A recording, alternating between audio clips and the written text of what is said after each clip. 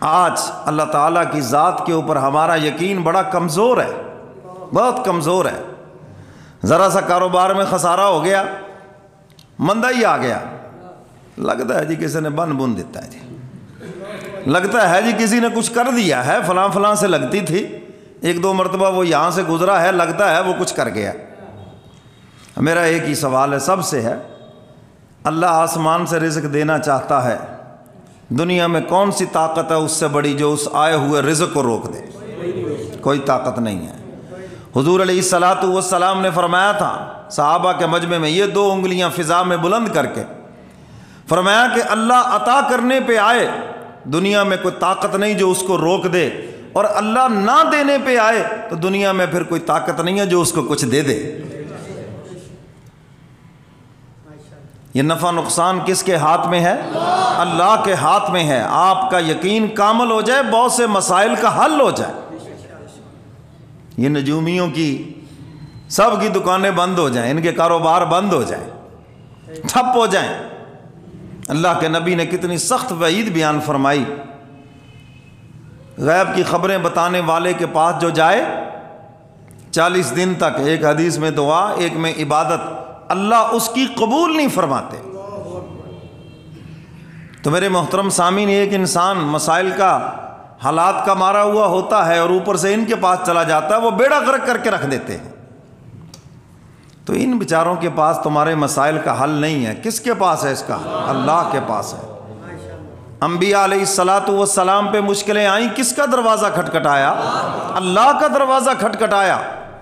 حضرات صحابہ کرام، اولیاء کرام، خدا کے جتنے پیارے ہیں ان پہ مشکلات آئیں، کس کا دروازہ کھٹکھٹایا؟ اللہ کا دروازہ کھٹکھٹایا۔ اور یہی ان کی تعلیمات ہیں، اللہ کے پیاروں کی بھی یہی تعلیمات ہیں۔ کبھی نہیں انہوں نے کسی سے کہا کہ ہم سے مانگو، ہم تمہاری مشکلیں حل کریں گے، بلکہ ان کی تعلیمات یہ ہے کہ اللہ سے مانگو اور وہ تمہاری مشکلیں حل کریں گے۔ اور میں تو کہا کرتا ہوں، مزارات پہ، درباروں پہ اللہ کے ولیوں کے پاس کوئی دعا کے لیے جائے تو ہم منع نہیں کرتے، لیکن اگر کوئی مشکلیں لے کے جائے کہ وہ مشکلیں حل کریں گے، بھائی وہ نہیں کر سکتے۔ ارے وہاں پر تو جو ملنگ ہیں وہ بھی آپ سے مانگتے ہیں، ان کا بھی عقیدہ یہ ہے کہ یہ نہیں دیں گے پیسے، یہ جو آنے والے لوگ ہیں یہ دیں گے۔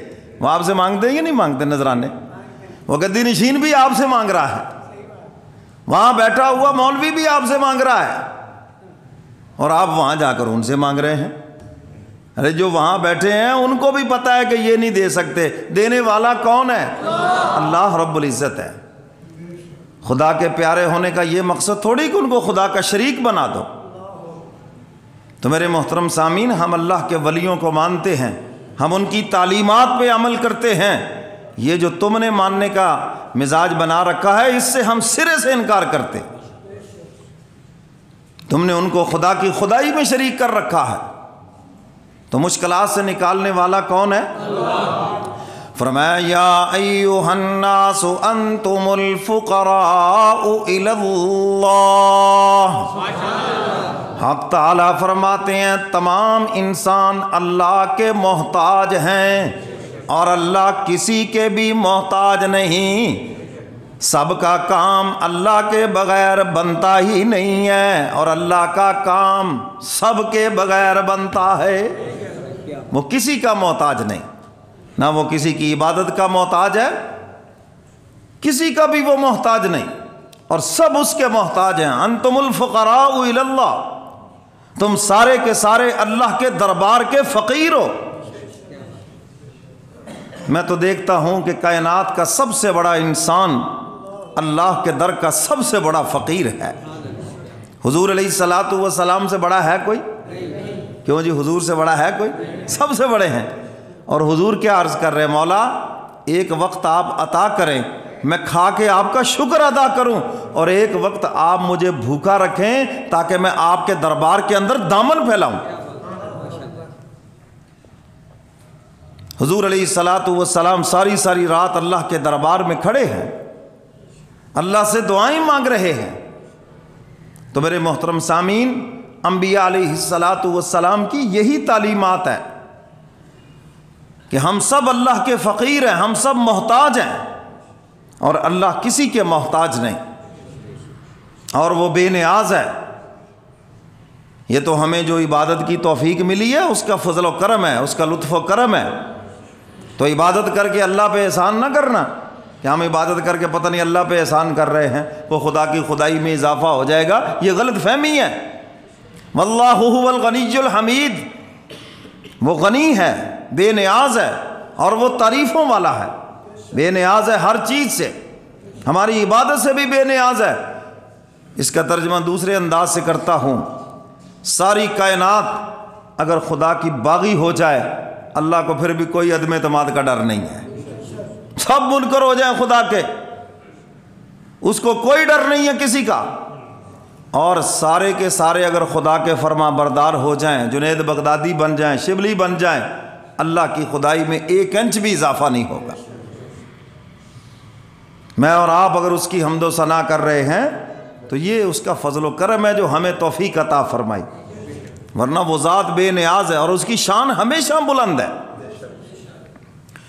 ایک کہنے والے نے خوب کہا ہے نا، اللہ کی محبت میں محبت کا سب سے زیادہ حقدار کون ہے؟ بولو بولو، اللہ رب العزت۔ ہم حرمین شریفین کے سفر پر تھے تو مختلف قسم کے لوگ ساتھ تھے۔ ایک صاحب کہنے لگے میں تو عاشق رسول ہوں، میں نے کہا بہت اچھی بات ہے۔ ساتھ ہی 2 صاحب اور تھے، کہنے لگے جی ہم تو اللہ کے عاشق ہیں، میں نے کہا یہ اور بھی اچھی بات ہے جی۔ مدینہ منورہ گئے، جو کہہ رہا تھا عاشق رسول ہے وہ اس نے ہماری سب کی دعوت کی ہیں جی۔ انہوں نے کہا جی دیکھو مجھے حضور سے محبت ہے، آپ حضور کے شہر میں آئے ہیں تو چلو جی سب کھائیں جی، آپ کی دعوت ہے۔ میں نے کہا بہت اچھی بات ہے۔ اب مکہ مکرمہ گئے تو میں نے کہا آپ خدا کے عاشق ہیں، آپ بولے ہی نہیں، آپ کو کیا ہو گیا ہے؟ میں نے کہا چلو میں آپ سب کی دعوت کرتا ہوں، الحمدللہ۔ پھر میں نے کی تو سب سے زیادہ جو محبت وہ کس کے ساتھ؟ والذین آمنوا اشد حبا للہ، سب سے زیادہ محبت کس سے؟ سارے بولو کس سے؟ اللہ سے۔ یہ قرآن کریم میں حق تعالی بطور فخر کے فرما رہے ہیں کہ ایمان والے سب سے زیادہ مجھ سے محبت کرتے ہیں۔ ایمان والے سب سے زیادہ کس سے محبت کرتے ہیں؟ اور سب سے زیادہ ادب کس کا؟ کملی والے پیغمبر کا۔ سب سے زیادہ ادب کس کا؟ کملی والے پیغمبر کا۔ ایک اللہ والے روضہ رسول پہ گئے، سانس نہیں لے رہے، سانس بند کیا ہوا ہے۔ پوچھا بھی ایسا کیوں ہے؟ کہنے لگے جب انسان سانس لیتا ہے تو اندر سے واپس جب لے کے آتا ہے تو بدبو آتی ہے اندر سے، میں یہ نہیں چاہتا کہ روضہ رسول پہ میری وجہ سے کوئی بدبو بھی آ جائے۔ یہ احترام ہے روضہ رسول کا، یہ ہے ادب کملی والے پیغمبر کا۔ ایک ہم ہیں وہاں سیلفیاں بن رہی ہیں، ہا ہا ہو، کوئی دانت نکال رہا ہے، کوئی شرم و حیا ہی نہیں۔ وہ جن چیزوں سے حضور نے منع کیا وہ سب وہاں کر رہے ہیں، کوئی زور زور سے نعتیں پڑھ رہا ہے، کوئی کچھ کر رہا ہے، حالانکہ اوپر لکھا ہوا ہے لا ترفعوا اصواتکم فوق صوت النبی، اپنی آوازوں کو بلند نہ کرو حضور کے سامنے، حضور آرام فرما ہے۔ تو ادب سب سے زیادہ ادب و احترام اس دھرتی کے اوپر سب سے زیادہ کس کا؟ حضور علیہ الصلاۃ والسلام کا، کملی والے پیغمبر کا۔ اللہ ہم سب کو لے جائے۔ تو ادب ملحوظ رکھیں، مدینے کا بھی ادب اور مدینے والے کا بھی ادب، مدینے کا بھی احترام کریں۔ وہاں کو تکلیف پہنچی ہے تو برائیاں نہ کریں، گالیاں نہ دیں، ہو جی یہ ہو گیا جی، ایجنٹ نے وہ کر دیا جی، ٹھگی ہو گئی جی، فلاں ہو گیا، یہ نقصان پہنچ گیا، ہوٹل وہ بتایا تھا یہ نکل آیا، اتنے فٹ بتایا تھا جناب وہ اتنا چلنا پڑ گیا جی، مر گئے جی۔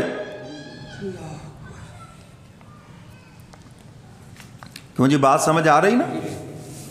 بالکل بے احترامی نہ کریں۔ اللہ کے محبوب فرماتے عربوں کو گالیاں نہ دو، تمہارا نبی بھی عربوں سے ہے۔ وہاں بیٹھے ان کو آپ کو پتہ نہیں جی یہ عربی کیسے ہیں؟ بھئی جیسے کیسے بھی ہیں، ان کے پاس تو غلاف کعبہ ہے، جو کچھ مرضی کر کے آ کے غلاف کعبہ پکڑ کے معافی مانگیں گے اللہ معاف کر دیں گے۔ میں اور آپ تو لاکھوں لگا کے وہاں پہنچیں گے تو جا کے وہاں معافی مانگیں گے، اور ان کے پاس تو روضہ رسول ہے، وہ تو محبوب کے روضے پہ آ جائے اللہ محبوب کا امتی سمجھ کے معاف کر دیں گے۔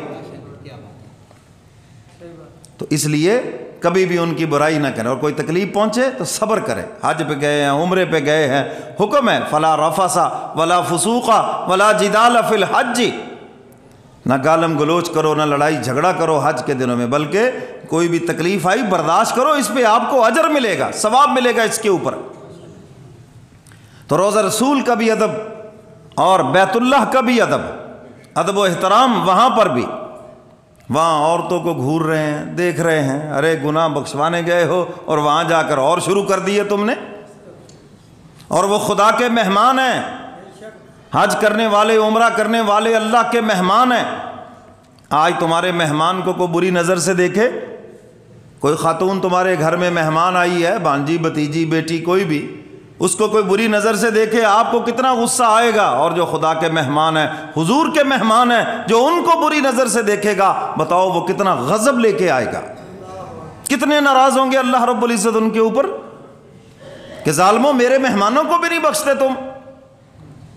تو اس لیے بد نظری آج کے دور کا یہ سب سے بڑا گناہ ہے، اور اس میں بڑے بڑے لوگ مبتلا ہیں۔ اور بد نظری سے عبادت کا سارا نور اندر سے نکل جاتا ہے۔ حضرات صحابہ اکرام کو 50 نمازیں نہیں پڑھتے تھے، یہ 5 نمازیں ہی پڑھتے تھے، مگر ساری نمازوں کا نور دل میں محفوظ تھا، اور ہمارا نور ان گناہوں کے رستوں سے نکل جاتا ہے۔ لاری اڈے پہ کھڑے ہو کر دیکھ رہے ہیں جناب، ایئرپورٹ پہ ایئر ہوسٹس کو دیکھ رہے ہیں جی، بھی اگر خدا مسجد میں ہے تو کیا خدا وہاں نہیں ہے؟ یہاں تم خدا کی عبادت کرتے ہو تو نظر بچانا عبادت نہیں ہے؟ وہاں اللہ موجود نہیں ہے؟ بازاروں میں بھی اللہ رب العزت موجود ہیں، وہاں پر بھی اس کا ڈر دل میں رکھو، اس کی محبت دل کے اندر رکھو۔ تو میرے محترم سامعین، اور یہ دونوں ہی جنت کے راستے ہیں، خدا کی محبت کا راستہ یہ بھی جنت کا راستہ، اور اللہ کے ڈر کا راستہ یہ بھی جنت کا راستہ۔